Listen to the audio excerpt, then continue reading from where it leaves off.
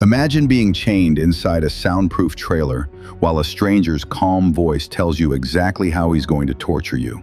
This isn't fiction. This was the dark reality of one of America's most disturbing serial predators. What investigators found inside still haunts them to this day. Meet the Toy Box Killer. They think he may have killed dozens and dozens of women. Dozens of women were taken into David Parker Ray's Toy Box, a trailer-turned-torture chamber.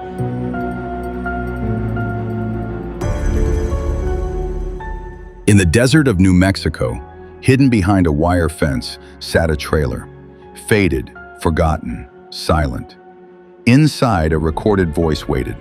Scripted, prepared. Not for police, not for the press, not for himself. It was meant for the women he brought in, one by one. David Parker Ray. They called him the Toy Box Killer. On the surface, he looked ordinary. A state park ranger, a mechanic, a neighbor who waved, a man who fixed trucks on weekends. He had been married, divorced, dated, even laughed at barbecues. But in private, he built something. A room, a soundproof chamber, steel walls, bolted chains, locks on every door, and in the center, a chair fitted with stirrups, bolted to the floor. Above it, a mirror on the ceiling so his victims could watch themselves. On the walls, drawings of demons, bondage diagrams, and handwritten notes, saws, clamps, scalpels, surgical instruments, lined up like tools in a workshop. He called it the Toy Box. And there was something else, a cassette recorder. The voice on the tape, it's his. Calm, flat, almost polite.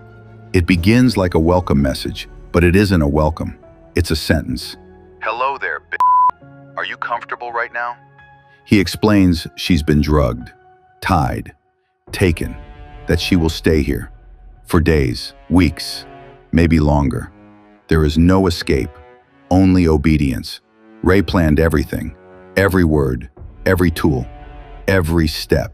He had manuals on torture, books on mind control, diagrams pinned to the walls, even a written script, so he would never forget what to say. But he wasn't alone. Sometimes his girlfriend, Cindy Hendy, helped capture women. Sometimes his friend, Dennis Yancey, joined in. Some say even his daughter, Glenda Jessie, was involved, but no one ever proved it. What's certain, this didn't happen once or twice, but over and over again. And then one woman escaped.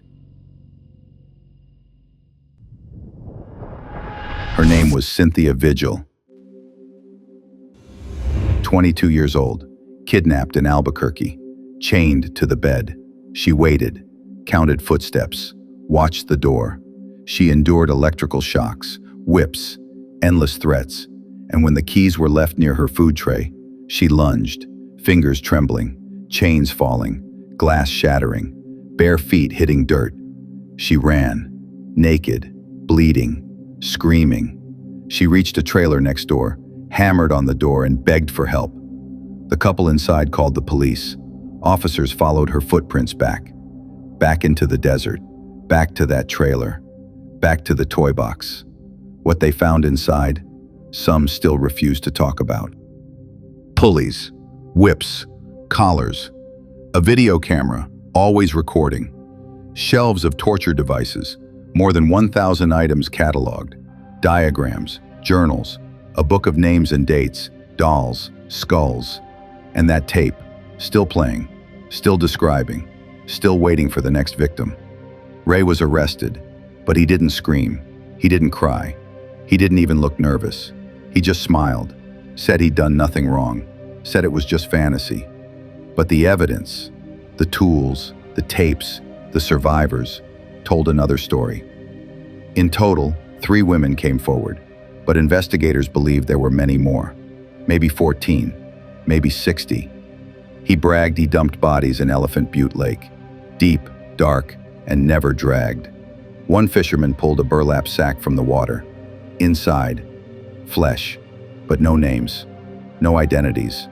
Most victims were never found, not entirely. David Parker Ray was sentenced to 224 years in prison, but he never served them. Before trial, in a holding cell, his heart gave out. He died at 61, never confessed, never explained. He left only his voice, those tapes, still spinning, still waiting, still there.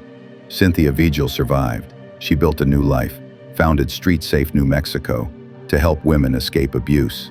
She still remembers every sound, every word, every second. The toy box itself was dismantled. Most of it burned. Some pieces archived as evidence.